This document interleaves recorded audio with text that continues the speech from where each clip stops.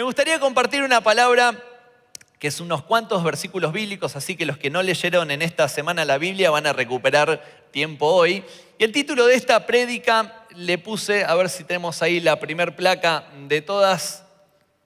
¿La tenemos? Ahí está. No, ahora sí. No hay peor ciego que el que no quiere ver. ¿Cuántos somos medio chicatos que no llegamos a ver, vemos por fe más que por vista?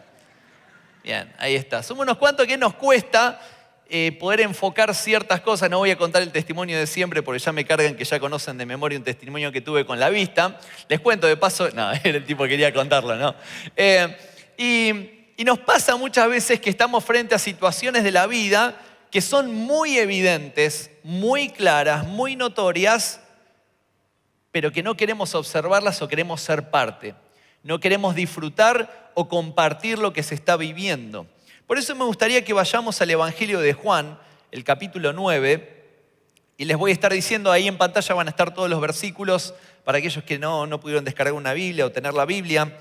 Y dice así: al pasar Jesús vio a un hombre ciego de nacimiento y le preguntaron sus discípulos diciendo: Rabí, ¿quién pecó, este o sus padres, para que haya nacido ciego?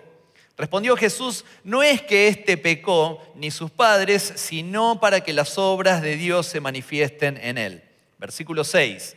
Dicho esto, escupió en la tierra e hizo lodo con saliva y untó con el dedo los ojos del ciego y le dijo: ve a lavarte en el estanque de Siloé, que traducido es enviado. Fue entonces y se lavó y regresó viendo. Entonces los vecinos y los que antes le habían visto que era ciego decían: ¿no es este el que se sentaba y mendigaba? Unos decían: él es, y otros: a él se parece. Él decía: yo soy. Y le dijeron: ¿cómo te fueron abiertos los ojos? Respondió él y dijo: aquel hombre que se llama Jesús hizo lodo, me untó los ojos y me dijo: ve a Siloé y lávate. Y fui y me lavé y recibí la vista. Entonces le dijeron: ¿dónde está él? Y dijo: no sé. Después del versículo 13 al 17 cuenta cómo un grupo de personas llevan al ex ciego, lo dirigen, un grupo de religiosos, para poder empezar a entrevistarlo y hacerle algunas preguntas porque no lo podían creer lo que había sucedido o no querían creer lo que había sucedido. Vamos al versículo 18. Pero los judíos no creían que él había sido ciego y que había recibido la vista hasta que llamaron a los padres del que había recibido la vista. Y les preguntaron diciendo: ¿es este vuestro hijo, el que vosotros decís que nació ciego? ¿Cómo pues ve ahora? Sus padres respondieron y les dijeron: sabemos que este es nuestro hijo y que nació ciego, pero cómo ve ahora no lo sabemos, o quien le haya abierto los ojos, nosotros tampoco lo sabemos. Edad tiene, es grandecito, preguntadle a él hablará por sí mismo. Esto dijeron sus padres porque tenían miedo de los judíos, por cuanto los judíos ya habían acordado que si alguno confesase que Jesús era el Mesías, sería expulsado de la sinagoga.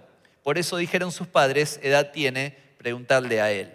Versículo 24. Entonces volvieron a llamar al hombre por el tipo, lo hicieron ir y venir 25 veces, que había sido ciego, y le dijeron: da gloria a Dios, nosotros sabemos que ese hombre es pecador. Acerca de Jesús. Entonces él respondió y dijo: si es pecador, no lo sé. Una cosa sé, que habiendo yo sido ciego, ahora veo.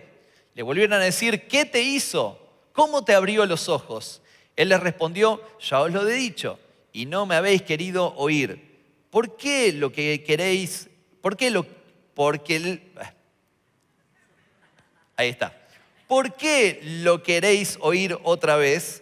¿Queréis también vosotros haceros sus discípulos? Y le injuriaron diciendo: tú eres su discípulo, pero nosotros discípulos de Moisés somos. Nosotros sabemos que Dios ha hablado a Moisés, pero respecto a ese no sabemos de dónde sea.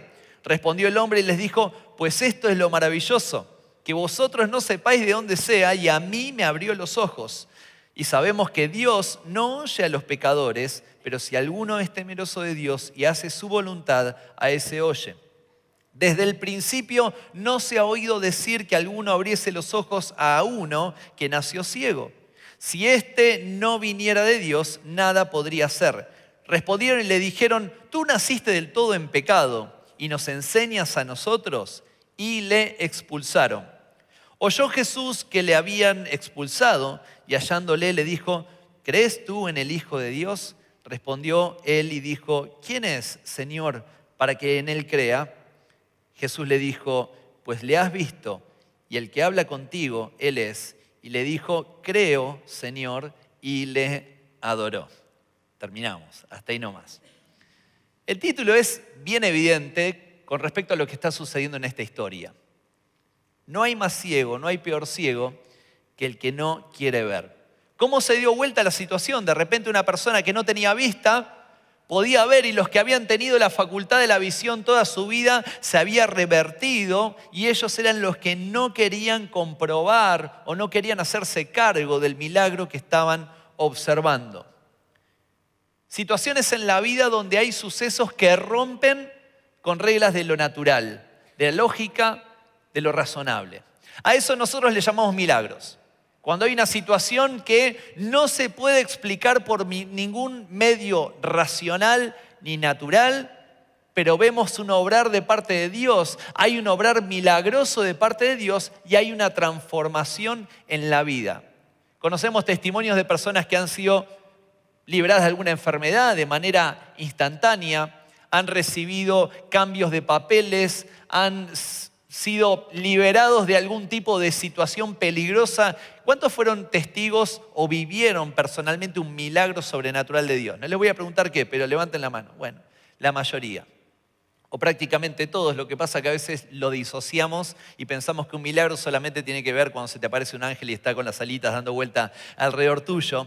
Situaciones que parecen normal, pero que en realidad Dios está moviendo todo eso. Ni la ciencia encuentra explicación a ciertas cosas que se van dando en la esfera de lo espiritual, pero sabemos nosotros, los hijos de Dios, que simplemente tiene que ver con creer en el poder del Señor. Pero esta historia nos encontramos que Jesús es interrumpido no por religiosos incrédulos, sino por sus discípulos.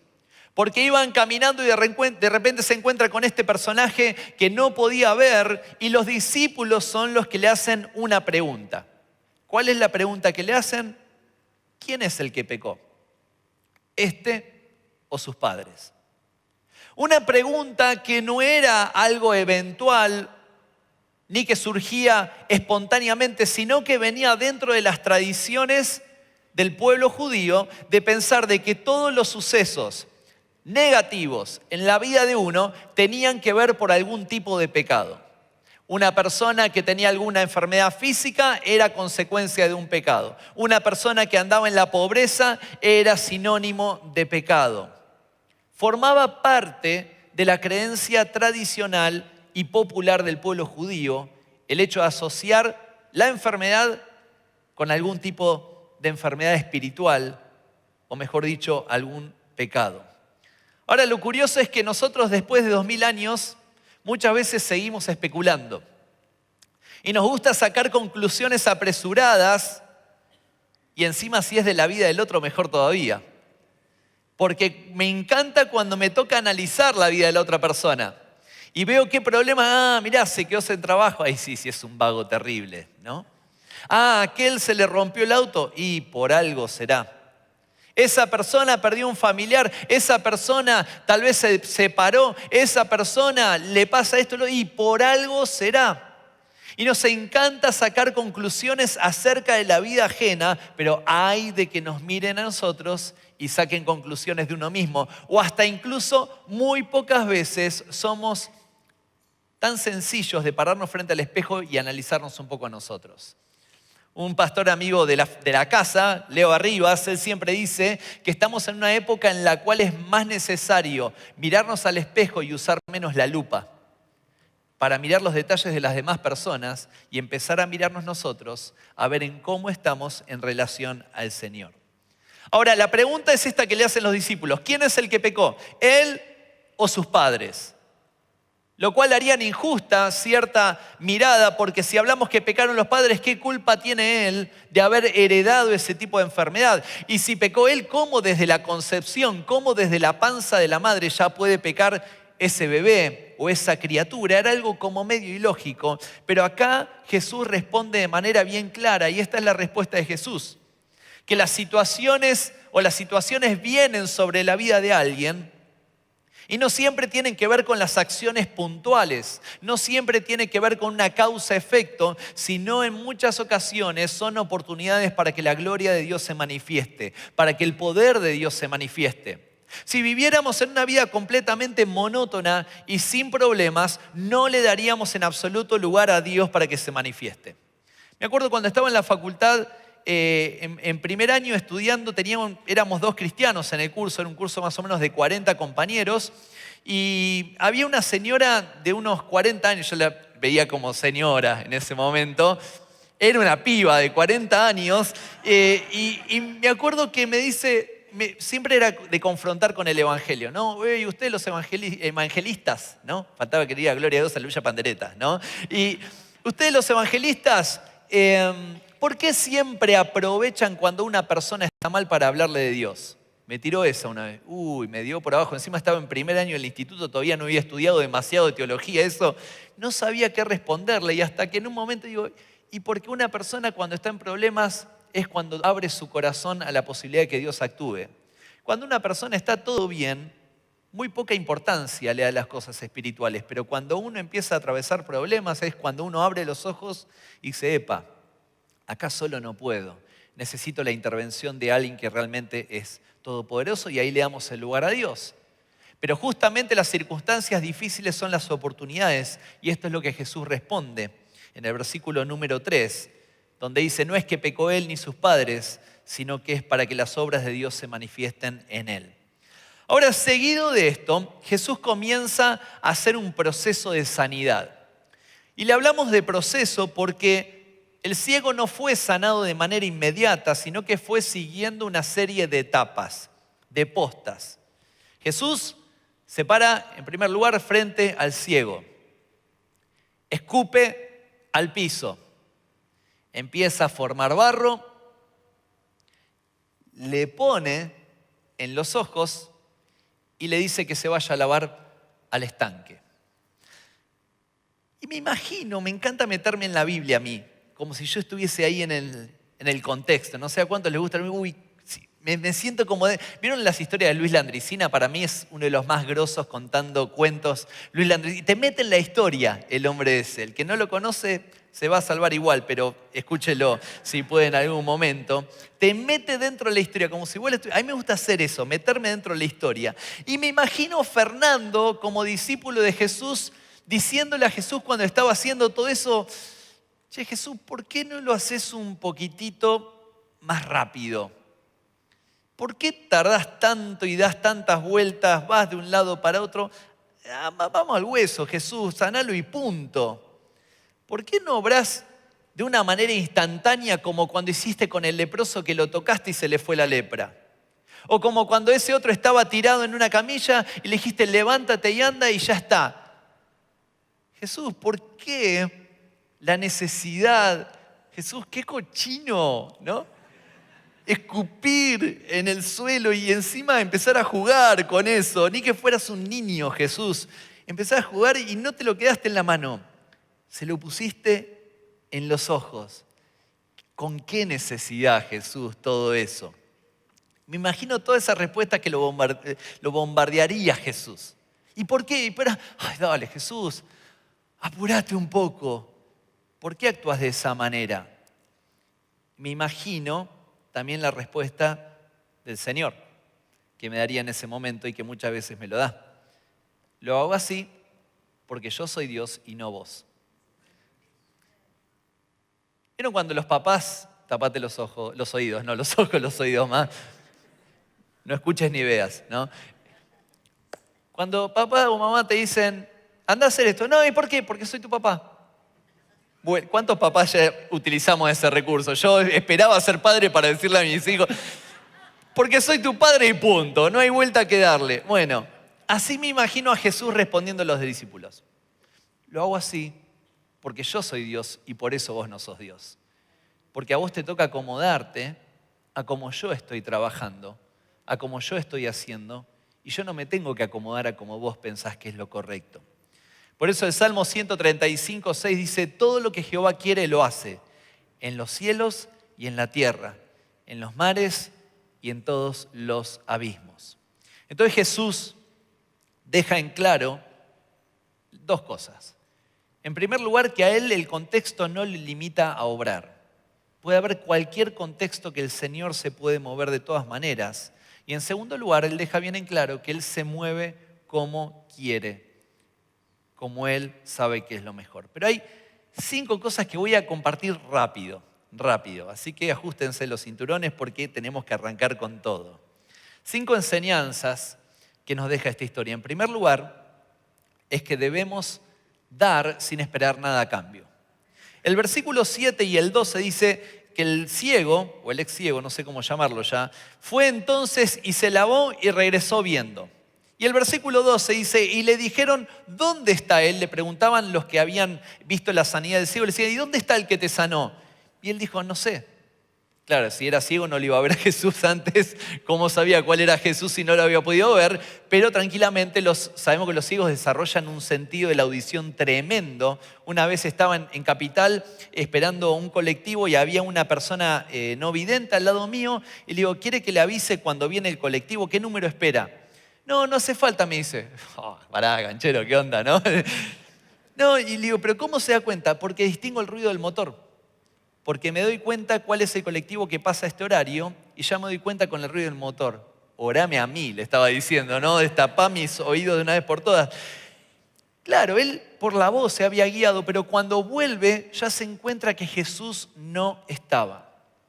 Qué llamativa esta situación, porque el hombre se va caminando hasta el estanque, se lava los ojos, se da cuenta que ve, y cuando vuelve ya Jesús no estaba en ese contexto. Jesús no estaba más. Y acá entramos en un conflicto. ¿Por qué? Porque tranquilamente Jesús, si hubiese sido un poco narcisista o un poco inseguro de su liderazgo, se podría haber quedado diciendo, bueno, hice un re milagro, ahora que venga a agradecerme y todos vienen a arrodillarse delante mío. Que ahora vengan y me reconozcan lo que acabo de hacer a través de ese milagro. No, Dios obró, Jesús obró de manera desinteresada frente a la necesidad de este hombre. No esperó ningún tipo de reconocimiento, no esperó ningún tipo de dádiva, no esperó ninguna palmeadita. Hizo el milagro, lo enchastró todo, lo mandó a lavar y se mandó a mudar. No quería recibir nada él, solamente estaba buscando que esa persona tenga una vida mejor. Hasta ahora a nivel social, después nos encontramos con lo más lindo. Si obramos de parte de Dios, no nos quedemos a esperar algo bueno que nos pase. Muchas veces somos interesados, hacemos las cosas por interés. Hago un favor, hago esto, hago lo otro, pero espero una tajadita a cambio, espero algo que Dios me esté dando a cambio. Y vivimos en una sociedad de completo interés. Y esta sociedad y este interés nos lleva a dos extremos. Por un lado, vivir totalmente egoístas, independientes de todos, insensibles a todos, y del otro lado, cuando hago una obra de bien, sacarme una fotito dándole de comer a un necesitado. Acá, dándole de comer a una persona que no tiene nada en la calle, ¿no? Y espero los me gusta. Ay, qué corazón como el de Jesús. Y va inflando, ¿no? Taca, taca, taca, te van inflando, pero todo lo que sube termina bajando. Y en Lucas 14, Jesús se encuentra en una historia, en medio de una situación, 14:7, comiendo en una invitación de unos religiosos y dice que estaba observando cómo todos los religiosos estaban buscando los mejores lugares de la mesa y él miraba cómo todos los que habían sido invitados buscaban los mejores favores del anfitrión de la casa y él dice, muchachos, no busquen los mejores lugares. Aprendan a sentarse al final porque ellos son los que terminan siendo exaltados. Me acuerdo, mi papá cuando yo era chiquitito una vez lo había acompañado a predicar en una iglesia y era la época que no había fotos, flyers con la foto del que iba a predicar. Viene a predicar fulano de tal y no sabías ni cómo era el fulano de tal. Y me acuerdo que lo había acompañado mi papá y no sé por qué llegamos tarde ese día o llegó tarde y nos sentamos en la última fila. Y yo me acuerdo de chiquitito y le digo, papi, vamos a sentarnos adelante de todo. Y mi papá me dice, no, nos quedamos atrás, llegamos tarde.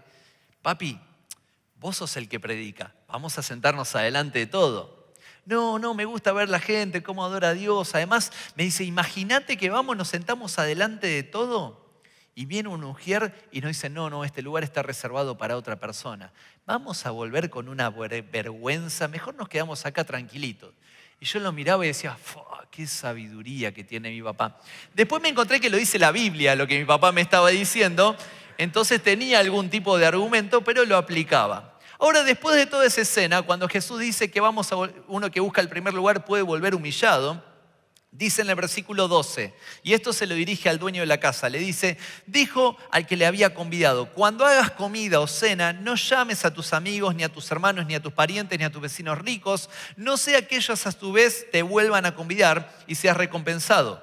Cuando hagas banquete, llama a los pobres, los mancos, los cojos, los ciegos, los hinchas de River, y serás bienaventurado, porque ellos no te pueden recompensar, pero te será recompensado en la resurrección de los justos. ¿Qué es lo que dice Jesús? Que el verdadero amor se muestra en dar sin esperar nada a cambio. Y que la actitud humilde no solamente va a evitar el peligro de la humillación, sino que también a menudo va a ser el camino para la exaltación. No solamente va a hacer que volvamos cabizbajos y avergonzados, sino que la actitud humilde de corazón nos va a acercar a lo que termina diciendo el Señor. Lo que hacemos para los demás, en nombre de Dios, con un corazón desinteresado, jamás cae en saco roto. Pero nunca hacer las cosas por interés, nunca dar por interés. En segundo lugar, el mejor testimonio es mi experiencia.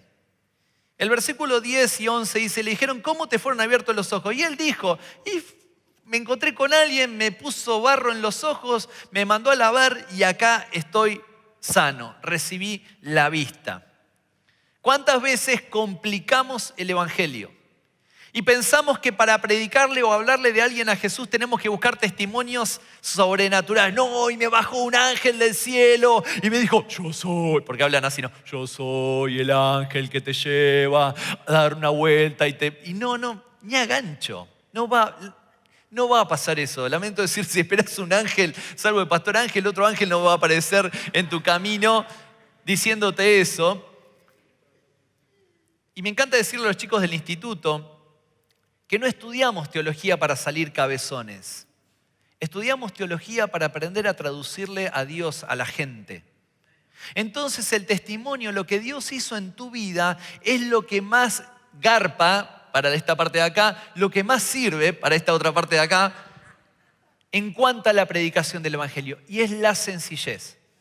No hace falta ir con palabras raras, no hace falta ir con la 1960, no hace falta hablarle en un lunfardo cristiano, solamente es necesario decir qué es lo que hizo Dios en tu vida y punto. Hay gente de este lugar que Dios lo sacó de las drogas, hay gente de este lugar que Dios lo sacó de la delincuencia, hay gente de este lugar que Dios lo sacó de la prostitución, hay gente de este lugar que Dios lo sacó de una familia infeliz, hay gente de este lugar que Dios transformó su vida completamente. ¿Cuántos somos esos? Acá. Y el que no lo vivió todavía, podés vivirlo porque el Señor te está buscando. Pero no tiene que ver con la complejidad del evangelio. Nosotros complicamos el evangelio. El evangelio es sencillo y es simplemente contar qué es lo que Dios hizo en nuestras propias vidas. Cerrá tus ojos por unos momentos. No terminé todavía, me faltan 17 puntos todavía. No, eran 5. Pensá en todas las cosas que Dios hizo en tu vida. Todas las cosas tremendas que Dios hizo en tu vida. Aún las no agradables que te sucedieron, pero que eso favorecieron a que hoy estés sentado en este lugar. Ese es tu testimonio. Ese es tu testimonio. Y si decís como yo, una persona que nunca se apartó, abrí tus ojos ya ahora porque con fresquito y con sueño es peligroso. Si te pasa como a mí, que toda la vida viví en la iglesia, que no me aparté, ni siquiera afané un caramelo, mi mejor testimonio es decir, puedo comprobar la fidelidad de Dios a lo largo de estos 35 años, ¿sí? Dios es bueno y Él es fiel y el mejor testimonio es tu propia vida. En tercer lugar, a veces vamos a ser abandonados e incomprendidos por el que menos nos imaginamos o esperamos. Desde el versículo 18 al 23 hay una parte que a mí me parte el corazón. Y es que llaman a los padres. Como no le creían a llaman a los padres y los padres vienen y me imagino esa situación. De repente el ciego viendo y los padres como diciendo, hey, ¿estás viendo qué qué bueno. Y le empiezan a cuestionar los judíos acerca de lo que había sucedido. Y le dicen en el versículo 20, sus padres respondieron y dijeron, sabemos que este es nuestro hijo y que nació ciego, pero como ve ahora ni idea tenemos, o quién le haya abierto los ojos tampoco. Nosotros sabemos, vayan a preguntarle a él mejor. Nosotros no queremos meter demasiado, vayan y pregúntenle a él. Y el argumento de su desinterés por el hijo está en el versículo 22 que dice, esto dijeron sus padres porque tenían miedo de los judíos, por cuanto los judíos ya habían acordado que si alguno confesaba que era el hijo de Jesús, era el Mesías, iba a ser expulsado de la sinagoga. Por eso dijeron sus padres, edad tiene, pregúntenle a él. En esta sección se da una serie de cuestionamientos. Los judíos empiezan a indagar, para eso traen a los padres. Al principio los padres acompañan al hijo, está todo bien, pero cuando empiezan a apretar un poquitito dicen, no, preferimos el estatus social, preferimos la mirada de aprobación de los que tenemos alrededor antes que reconocer el milagro de nuestro hijo.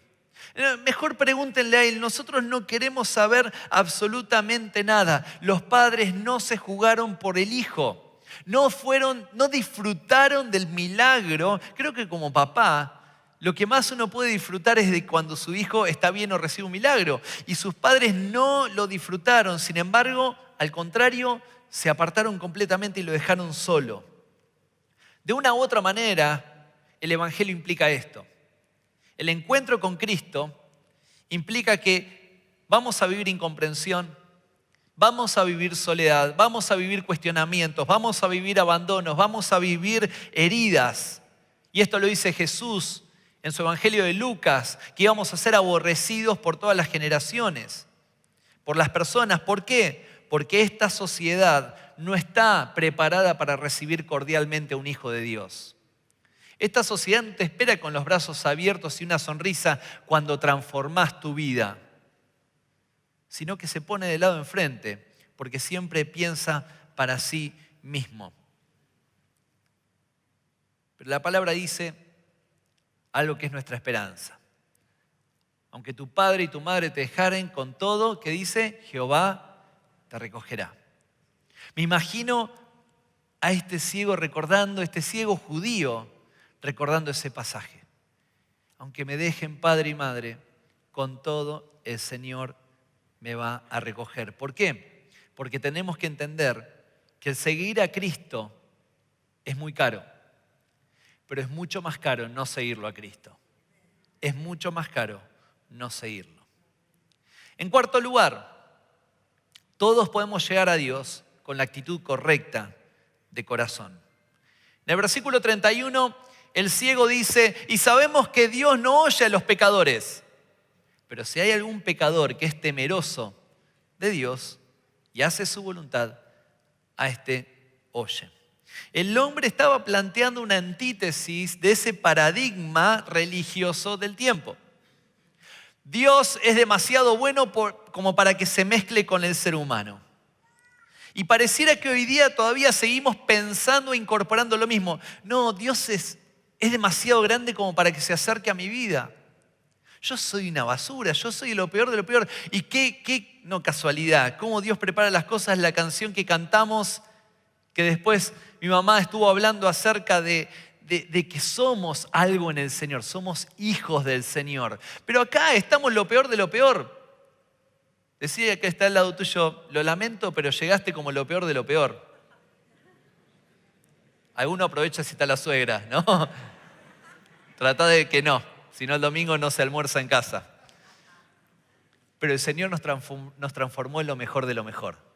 Hoy día somos nueva criatura en el Señor y no hay ningún tipo de límite que te separe del amor del Señor. Si vos pensás como los judíos de ese tiempo que Dios era demasiado santo como para acercarse a tu vida, estás equivocado. Te quedaste con el Antiguo Testamento, te quedaste con el Dios de la ira, el Dios del enojo que muchas veces se malinterpretó. El Dios de amor es el Dios que nos recibe aun con nuestras fallas, con nuestros problemas, con nuestras dificultades, con nuestras distorsiones.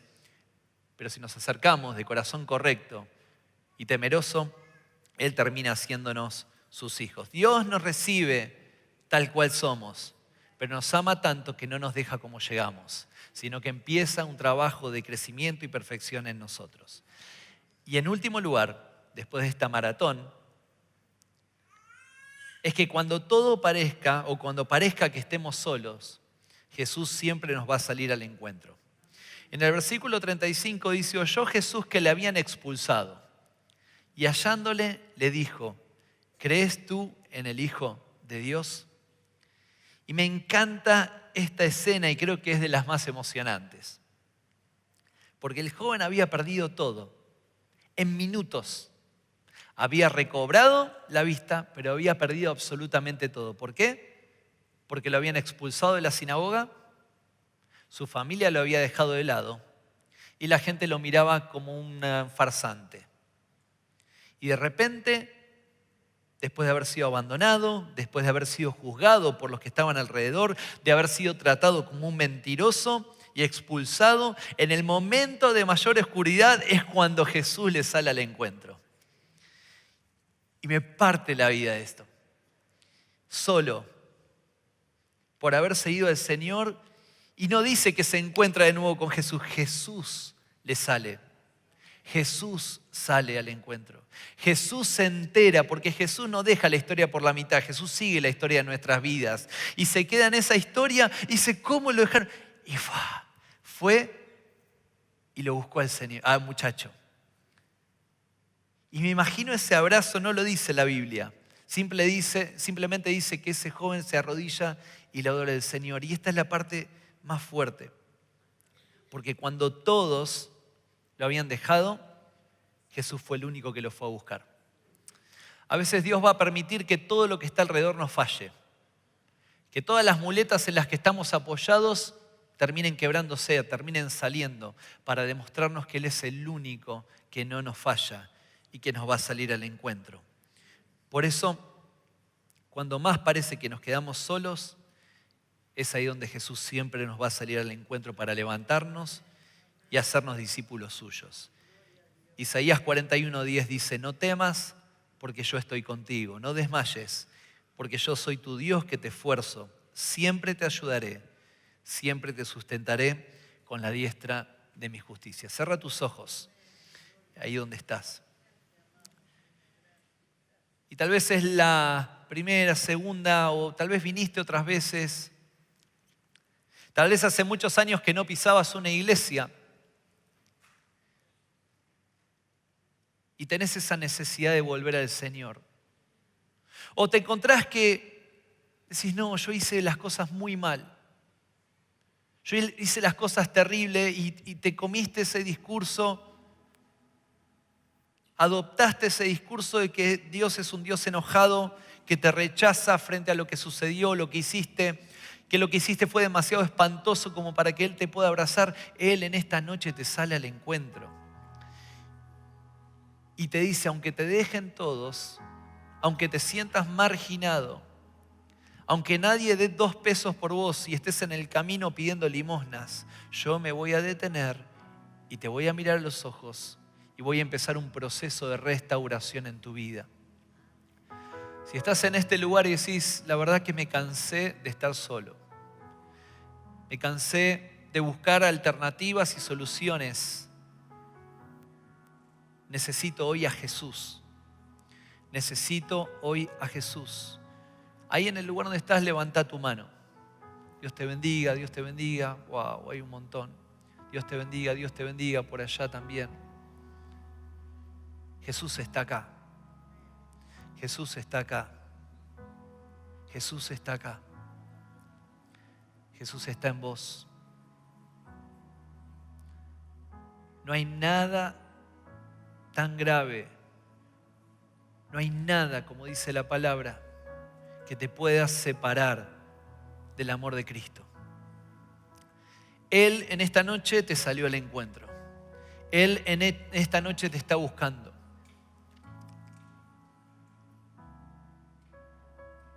Él en esta noche te está diciendo: hoy empieza una nueva historia. Tal vez te encuentres con desilusiones. Tal vez te encuentres en la soledad, tal vez te encuentres que tu propia familia te va a incomprender, o tus amigos, o tus compañeros, o hasta vos mismo te vas a desconocer. Pero el Señor va a estar ahí al lado tuyo. El Señor te va a buscar, te va a salir al encuentro y te va a decir, volvé conmigo. Señor, ayúdanos. Todos puestos en pie, por favor. Ayúdanos a poder apropiarnos de esta historia. Ayúdanos a poder vivir no como lo dice una tradición, no como lo dice una religión, sino como vos lo presentaste. Un Dios de misericordia. Señor, ayúdanos a aprender a dar sin esperar absolutamente nada a cambio. A demostrar el amor desinteresadamente.